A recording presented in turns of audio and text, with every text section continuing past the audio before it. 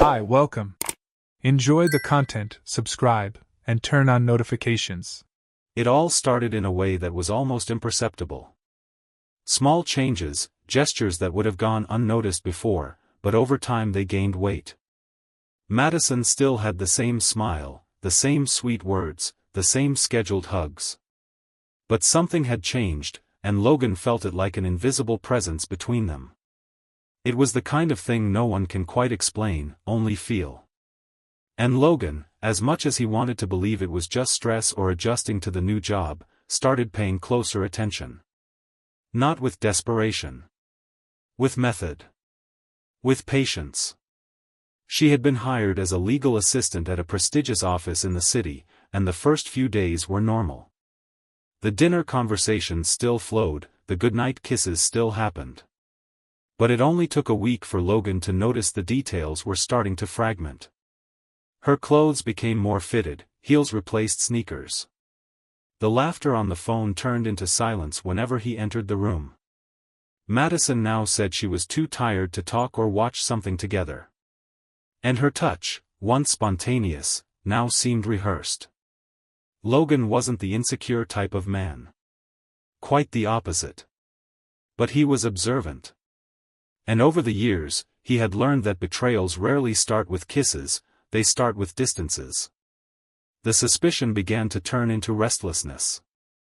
Logan wasn't the type to confront without evidence. He preferred precision over emotion. Instead of yelling, he observed. Instead of accusing, he analyzed. He began to notice the schedules, the patterns, the small slips. One night, she mentioned that her boss was going through a complicated divorce and that the employees were offering support. "He's really suffering," she commented. And Logan found it strange, not because of the content, but the way she spoke about him. It was too personal, too intimate. A tone you don't use to talk about a boss, but someone who has already crossed boundaries. Days later, she appeared wearing a new necklace. She said she bought it herself during a sale. But the tag from the luxury jewelry store was still in her purse. Logan knew that model was expensive. She would have mentioned it if she had really bought it. She would have shown the receipt proudly, made a social media post. But no. It was hidden. It was a gift. And it wasn't from him. The hardest part was pretending everything was normal. They still had dinner together. Still watched movies. Still slept side by side. But Logan no longer touched her with the same lightness. He was always analyzing, testing, calculating. And she, perhaps sensing this, tried to compensate with exaggerated gestures. Sent affectionate messages in the middle of the day.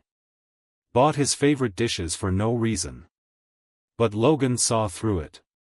He didn't want gestures of guilt. He wanted the truth. And more than that, he wanted justice. That's when he decided to stop doubting his own intuition. He resolved to act. And as with everything he did, he approached it methodically. He hired a private detective. A discreet, efficient professional, specialized in marital cases. In less than 2 weeks, the detective contacted him. The moment Logan decided to step out of the observer role and take action was exactly when he received the envelope from the detective. He was sitting at the kitchen table when he opened the package. His hands trembled, but his gaze remained steady. Inside, there were dates, times, videos, and clear images. There was no way to distort what was right in front of his eyes.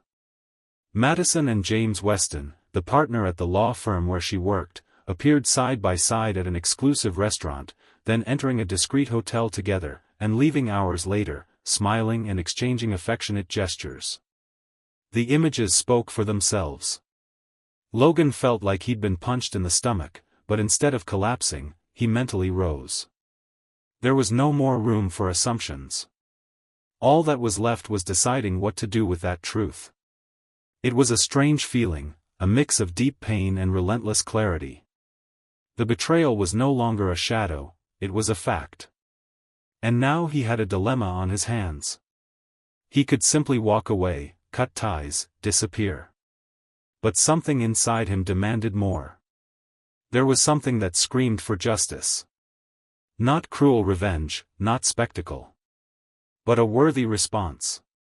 To end this story with the same intelligence he applied to everything else in life. He didn't want to yell, destroy everything, or tarnish his own name with scandal. He wanted every choice Madison and James made to have consequences, not just within the marriage, but outside of it too. In that state of lucidity, Logan made a decision that required courage. He researched the name of Sarah Weston, the wife of the man Madison was cheating with. He knew little about her. Logan managed to find her profile on a social network and realized Sarah was pregnant. This stalled his decision for a few hours. He stared at that photo, where she smiled with one hand on her belly and the other holding a teacup, as if the world were at peace. He wondered if it was worth involving her. If exposing everything at that moment would be fair or simply cruel. He thought a lot about it. But the truth was, he had been hurt too. He had been deceived, manipulated, and turned into an extra in his own life. If he stayed silent, he wouldn't just continue being complicit in everything, he would also allow others to keep living a lie. The decision to tell Sarah wasn't just about personal justice. It was about preventing another human being from living blindly, unaware of what was truly happening around her. And above all, Logan needed to see with his own eyes the impact of the truth. He needed to witness the fall of that theater. That's how he arranged a meeting with Sarah Weston. He called the law firm's office number, asked to be transferred to her extension, and with a calm and steady voice, said, "My name is Logan Bennett, husband of Madison, who is an assistant to your husband. I have something important you need to see. It's about your husband." She was silent for a few seconds but agreed to meet. They arranged to meet at a discreet cafe, far from the city center, at a time when few people would be around. Logan arrived early and sat at a table in the back. He was tense but determined. When he saw Sarah enter, he felt his stomach churn. She looked different from her social media image. More tired, more swollen, the weight of pregnancy evident. But there was dignity in every step she took. Sarah approached with a polite smile and introduced herself. Logan hesitated for a moment, assessing whether it was still the right thing to do. She was a pregnant woman, about to give birth, about to trust someone. But when he opened his mouth, the words came naturally. Without anger, without exaggeration, just truths. He handed over the envelope, explained what he had discovered, and spoke clearly and respectfully. Sarah listened to everything in silence. She opened the package, looked at the images, and her expression slowly changed. There were no tears, no screams. But her eyes grew cold, her breathing shallow, and she simply said, "Thank you for coming." After that, she stood up, shook Logan's hand, and walked away with dignity. And in that simple gesture, without harsh words, Logan knew he had done the right thing. A few days later, he heard from a mutual colleague that Sarah had kicked James out of the house. She filed for divorce, changed the name of the child she was about to have, and blocked all contact channels. And there, Logan had his first real sense of justice. That didn't erase what he had lived through. It didn't lessen the pain. But it was the first sign that, even in the face of betrayal, he could still control how the story ended. Logan realized there were two ways to end a lie, destroying it with fury or dismantling it with intelligence. He chose the latter. When he returned home after meeting with Sarah, he sat at the dining table and, for the first time in weeks, faced Madison directly. She had prepared something simple, as she always did when trying to act normally. Her face showed fatigue, but her speech was still confident, rehearsed. They began eating in silence until he, in a casual tone, broke the mood. "I met an interesting person today. Your boss's wife." Her fork stopped mid-air. She tried to keep her expression neutral, but her hands betrayed a subtle tremor. In fractions of a second, her eyes searched his for any clue about what he knew. Logan observed everything. Every micro-expression, every hesitation. He no longer needed proof. He wanted to see how far she would go trying to keep the lie alive. Madison's response was as predictable as possible. Really? What a coincidence. Where was that? He smiled lightly and answered with another question. Does she know her husband is living in two worlds? The sentence fell like a blade between them. She pretended not to understand, tried to change the subject, but Logan continued, calmly. He laid out what he knew, described dates, times, behaviors. He told her he had hired a detective and already showed everything to Sarah. Madison then dropped her utensils. Her hands rested on the table, her shoulders slumped. For a few seconds, it seemed like she would break into tears, but what came was an attempt at explanation. I got lost. It was confusing. It wasn't supposed to happen. This kind of justification was common in stories of infidelity. People act as if the mistake came out of nowhere, as if they stumbled into an invisible trap. Logan knew this speech. It's a way to shift responsibility, to try to soften the impact of the choice. But he knew no one gets lost by accident. Cheating is a decision. It involves planning, omissions, lies told with conviction. Madison hadn't gotten confused. She had allowed herself. Repeatedly. She knew where she was stepping, knew what she was hiding, knew she had crossed limits and chose to continue anyway. And worst of all, she did it while still coming home and sleeping next to him as if nothing was wrong. Even though he was overwhelmed by pain, Logan didn't let anger drive that conversation. He wanted her to understand, in no uncertain terms, what she had destroyed. He said the betrayal didn't start at the hotel with James, but much earlier, in the looks she avoided, in the curt responses, in the deleted messages, in the effort to make him feel paranoid all the time. The betrayal had seeped in like a slow leak. And she, instead of stopping it, let it spread until it reached everything. Madison listened in silence, as if each word from him were a sentence. She tried to intervene with phrases like, "It was just a phase," or "I was going to end things with him," but Logan cut her off with surgical coldness. "You weren't going to end it. You just underestimated me." This part of the story doesn't have shouting or explosive scenes. It's where the concept of dignity comes into play. Because Logan had already moved past wanting to save her or convince her. What he wanted now was for her to face the truth without masks. To feel the weight of her own actions.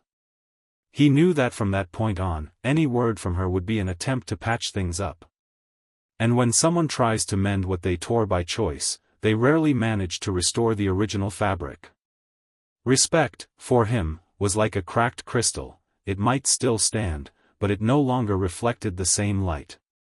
He ended the conversation with a dry tone, but without raising his voice. He told her that if she had confessed, maybe everything would have been different. That regret, when sincere and immediate, can sometimes pave the way for rebuilding.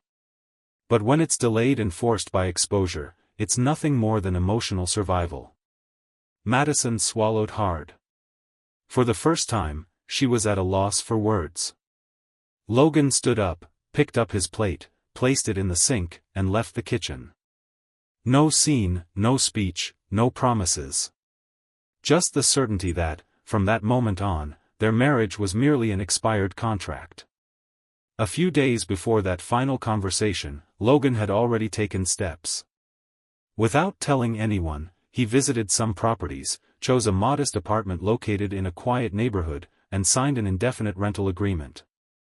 He packed only the essentials, some clothes, his documents, and the certainty that there was nothing left to salvage in that marriage. The divorce papers were already signed by him. The decision had been made even before the final confrontation because he knew that, even if Madison begged for forgiveness, some scars would never heal properly. Her infidelity wasn't just physical. It was mental, emotional, and, above all, planned with cold calculation while he still believed they were building something together.